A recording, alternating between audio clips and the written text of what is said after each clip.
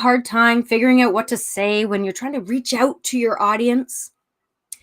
This is an experience that's had by so many, and that's why we have Ben here today. He's going to tell us a little bit about himself, why this topic matters to him, and why it should matter to you. Welcome to the show, Ben. Thanks for having me, Sean. It's great to be here. Tell us a little bit about yourself and why this topic is so important to you. Absolutely. So, again, my name is Ben Guttmann. I wrote a book, which came out just a few months ago. I'm trying to find it here, called Simply Put, Why Clear Messages Win and How to Design Them. It's just been a ton of fun working on this. But before I wrote this book, I ran a marketing agency for 10 years. I have also taught in the classroom as a marketing professor for 10 years. And in those two experiences, plus what my general day-to-day life as a consumer, a voter, a user of the world, you see the same challenges over and over, which is that people have something really important they want to say, really vital they want to get out there, connections they want to make, but they have a hard time doing it. They have a hard time making that connection, crafting that message that actually gets their point across. And that's what I tried to solve when I was writing this book. I love that. And I love that the name is Simply Put, because it is what it is. You're leading by example so beautifully and bridging that world between marketing and just everyday communications, which is exactly what we're doing here, because you are never not marketing. Mm-hmm. So let's dive into that world of coming forward and just saying what you mean in a way that's easily understood. Where do we start? It's funny you mentioned the title. I have joked that nobody should ever write this book again, because unless I got every single thing right with the title, the subtitle, the cover, the jacket, the this and that, then you shouldn't believe me, right? Like, so, and every time I talk about it, I have to be as clear as possible. Every time I write it about it, be as clear as possible. Otherwise, it's just evidence to the contrary of my ability to know what I'm talking about. So no pressure. Yeah. But so this is what happens when it comes to communication. If you distill everything down, there's basically two sides. We have a sender and we have a receiver, right? So the sender is the advertiser, the marketer. It could be an executive, it could be a teacher, it could be a politician, it could be anybody who is kind of in the driver's seat of the communication. And the receiver is on the other end of the line, right? So it's the buyer, the voter, the donor. And we're all both of these things, right? We go back and forth, within one conversation, we go back and forth throughout the day, but we kind of play by different rules when we're in each one of those spots. When we're receivers, we want something known as fluency in our messaging, in our communication. And we know the word fluency, right? To be fluent in English or Spanish or Mandarin, but where if you ask a cognitive scientist about the word fluency, well, they use that to describe how easy is it for you to take something from out in the world, stick it in your head, and make sense of it. And the easier that is, the less kind of sweat you have to shed, the less mental cycles you have to go through to understand something, a message, be it an email, a slogan, or a sales pitch. Well, the more likely we are to buy it, to trust it, to like it, all the things that we want to do when we're in the driver's seat as a communicator. And the inverse is also true, right? When something is not fluent, when something takes a long time for us to understand, really kind of makes us work for it, well, we don't like it, we don't trust it, we don't buy it. Again, all the things we don't want to do. So we want things to be fluent. There's a whole boatload of science that backs up that piece of the equation. But when we're senders, we're actually pulled in the opposite direction. It turns out that when you look internally and externally, we have all sorts of additive biases and complexity biases. That's pulling us in that direction. But also externally, we are pushed there by the demands of the marketplace, the resume, the stock market, the media cycle, our boss who needs to report to their boss, all of these things push us in the direction of adding more and more, which often pulls us in the opposite direction. So that's where this chasm is, right? We have these two sides where receivers want things simple, senders have a really hard time getting there, and that's where most stuff kind of falls in the middle. Right, because there's just so much going on. And how the real question is then, how do you peel back the layers of that, the extra that you're receiving as the sender, in order to just transmit the message that's needed for the receiver? And that, we're not going to joke, we're not going to lie, that is hard. It requires a lot of introspection, and it requires a lot of understanding of the way the world works around you and around the receiver's world, to understand what exactly do we need to send and what do we not. It's like, it's kind of like minimalism in living. Exactly. So what I've identified, it's hard, right? Our nature and our environment pushes us in this other direction. And so when I looked at this challenge and I said, okay, what is the science about how we can bring us closer to where the receiver needs us to be? I've identified 5 principles that we can use to kind of design our messaging in a way which is going to be most effective. And to my functional background is as a designer. Right. What a designer does is we arrange things in the world to solve a problem. Right. You deal with constraints. You deal with needs. You deal with competing desires from different parties and stakeholders. All of these things, help inform this part of the puzzle, which is how do we design something for simplicity? Mm-hmm. So I'll go through them quickly, and then we can dive in if you want to talk about them. But the first one is beneficial. What does it matter to the receiver? What's in it for them, right? Kind of features versus benefits, that sales 101 type of stuff. Yeah. The second principle of a simple message is it's focused. Are you trying to say one thing or multiple things at once? Right. Is it one idea or 3 ideas in a trench coat, right? The third one is salient. Are you saying something that stands out from the noise? We hear and see thousands and thousands of messages on a daily basis. How do we do something that's a little bit different? How do we rise to somebody's attention? How do we get noticed? That's the salient piece. The fourth is empathetic.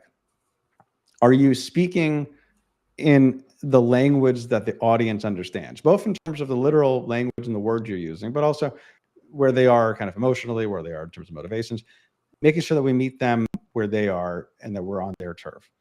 Right. And the fourth is minimal. Have you cut out everything you don't need and kept only what is necessary? And this one, you mentioned a little bit about kind of minimalism. It's not about it being the shortest message. It's not about being the smallest website, the shortest email. It's about the least amount of friction. Right? So how do you minimize the friction? How do you keep everything that's necessary but remove what isn't? And so it's not a checklist. It's not a step-by-step plan. But if you look at these 5 principles, the more you can activate on them, the better you're going to be in terms of if it's selling a bajillion units of your widgets, or if it's kind of convincing your boss to go with plan A versus plan B. Absolutely. And I actually, it's funny you said that, because one of the things that I wrote down is that less is not always more. Mm-hmm. So just this idea that, yes, we want it to be clear, we want it to be simple, we want it to be concise and relatable to our ideal receiver, whether that is indeed your boss or a prospective client. But like you say, it doesn't necessarily mean fewer words or fewer ideas necessarily. Just the conciseness of it really kind of matters. And this is one of those things that happened if you look from a design perspective. So I look to the world of user experience a lot when we talk about the minimal piece. So when you look at classical kind of user experience examples of different checkout flows, right? Let's say you're trying to book a hotel room or trying to book a flight. Theoretically, you could book a flight all on one page, right? It could be one giant page. But if you go to the well-designed websites, if it's Google Flights or whatever, about booking a flight, you go through multiple pages and you think, well, multiple pages, that doesn't feel like it's simpler than having one page, right? But we often will kind of react poorly, will kind of bristle at the idea of seeing one giant page full of a lot of stuff. Meanwhile, if we see a bunch of smaller pages of asking us the easy things, that actually isn't simpler. It's a more minimal framework than it is to kind of smush it all together. I like, this is a bit of an aside, but I like to say whenever I'm talking to designers that are having a hard time with this on their websites, or people who are cramming everything in one giant slide, which is that pixels are free, right? You go ahead, add some more white space, add some more pages, add some more slides. if that makes it easier for somebody to kind of go along this journey with you. That's right. That's right. And truly, from a psychological standpoint, if you're going through these separate pages and you're completing the pages, everybody likes to check a box. Mm-hmm. Everybody. So it's just that matter. I completed something, and they get that little shot of dopamine. You're keeping them going. So just from even just, you said, user experience, that internal, not just the external of seeing all that you need to do and filling out all the forms, but that internal user experience of being like, I did something. I'm that much closer to getting to where I want to be. And I was also thinking, as you were describing being a designer, of course, we're talking about in the digital space, but I'm also considering like in our physical space. Let's say you were an interior designer and you're actually creating a home for somebody. Minimalism, when people talk about that, oftentimes they think of these bare white walls, these very, very stark floors with box furniture, and it's very sterile, right? But when in reality, minimalism is just the idea that you're only keeping in your space what you need, and what you need. It doesn't necessarily mean like you physically need to eat and drink, but more so, this brings me joy. This brings my life meaning. So with that, you know that a minimal design in your home, if we want to make this tangible, can include pictures on the mantelpiece. Mm-hmm. It can include a couple of throw pillows. It can include these things that really make you feel at home. It's it's not, again, it's not about the fewest number of bits of information. It's about everything you need, but only what you need, right? And that's the, and actually you're 100% right. I quote this in the book, is kind of the avatar of minimalism pop culture has been Marie Kondo for about a decade. Even if you look at the work that she does, which is a totally different space, right? We're talking about marketing. She's talking about home, Right. interior design, but it's about what sparks joy, right? What provides utility, and that's what we're looking at when it comes to when it comes to marketing. And there's a quote that I'm going to probably butcher if I when I pull it up, but sometimes like the repetition, the addition of words makes something easier to understand, it makes it more salient, right? It helps you with other things. And like tomorrow and tomorrow and tomorrow, right? Like that type of language is much more impactful than just saying tomorrow, right? And so these type of things are often, if you don't think about them, you just immediately kind of start whacking away at stuff, and you say, we don't need this word, we don't need that word, but that will come at the expense of the other parts of this equation, right? That will come at the expense of something talking about benefits. They'll come at the expense of something talking about being salient or being empathetic. And I lied a little bit when I said this wasn't a step-by-step plan. There's a reason why I put beneficial first and minimal last. Those two do have a particular order, which is that benefits are the most important piece, the thing we're most likely to forget, the thing that gets more and more difficult the further and further we get away from the kind of atomic part of the communication. The further we get away from the problem, the less we see what the needs are there. That gets harder, and that's fundamental. And then minimal's at the end, because you can't really know what is necessary until you've thought about some of these other pieces. Right. I mean, it's more of a roadmap. These are the things that you should be kind of thinking about first, second, third, fourth, fifth. And I was actually thinking about that when I was going through this, because that empathy piece really is an integral part of the minimal piece. And then I'm just working backwards here. That salient piece is really a part of that empathy piece, because you need to know what is really going to strike a chord with the receiver in order to understand what part of you is going to make you salient, what part of you is going to make you you can use it as a differentiator as you're showing up within your marketing and messaging. And then we rewind. You said the focus. 1 versus 3. How focused are we getting on these features and benefits, which was your first bit? And so one thing that I always preach to some of the people who I'm talking to is to focus on the benefits, not the features, in order to engage the rest of that. What can you speak towards within that construct? So this is this is like marketing 101, sales 101 Yes. stuff, but it is so frequently forgotten.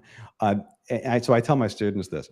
I say, if you forget everything else you learned in this entire course, this entire degree, if you remember this one sentence, you're going to be ahead of most people in business and in marketing. And it's not even my sentence. It's from Theodore Levitt, who was a marketing professor at Harvard in the 60s. He said, people don't buy a quarter-inch drill. They want a quarter-inch hole. Right? People don't want a quarter-inch drill. They want a quarter-inch hole. They don't want the thing. They want what the thing does for them. And I would even argue you can go further than that. They don't even want the hole. They want the picture on the wall, right? They don't even want the picture on the wall. They want the sense of love and belonging that they're getting because of seeing their family every time. So these these little adages here, they help you kind of reframe what is something that's very kind of baseline and unmotivating about saying, well, this toothpaste has mint flavor. That's nice, right? Toothpaste, that's I mean, I a prefer feature. that over other things. Yeah, it's a feature, but I'm not buying it because it has mint flavor. You have to say, well, so what, right? Yeah. Mint flavor, so what? Well, that means I have fresh breath, right? Okay, that gets you from the feature to what I'll call the functional benefit, that first level of it. But I would actually say you got to go a little further than that. If you go and you say, well, so what? Again, to the functional benefit of having fresh breath. So why do I want fresh breath? Well, I want fresh breath so I can have a more successful date tonight, right? Okay, well, all of a sudden that starts to get to a deeper level a little bit. We'll call that the emotional benefit. And if you go down the line here, you say, okay, well, do I even want that? What do I want? You ask, so what again? And this can bring you down to that other list of 5 things we see on, every psychology presentation, every management textbook of the Maslow's hierarchy of needs, right? Say, well, so what about the mint flavor, the fresh breath, the successful date? Well, you want love and belonging, right? Or you want, your physiological needs or whatever it's going to be that you're going to tie that into.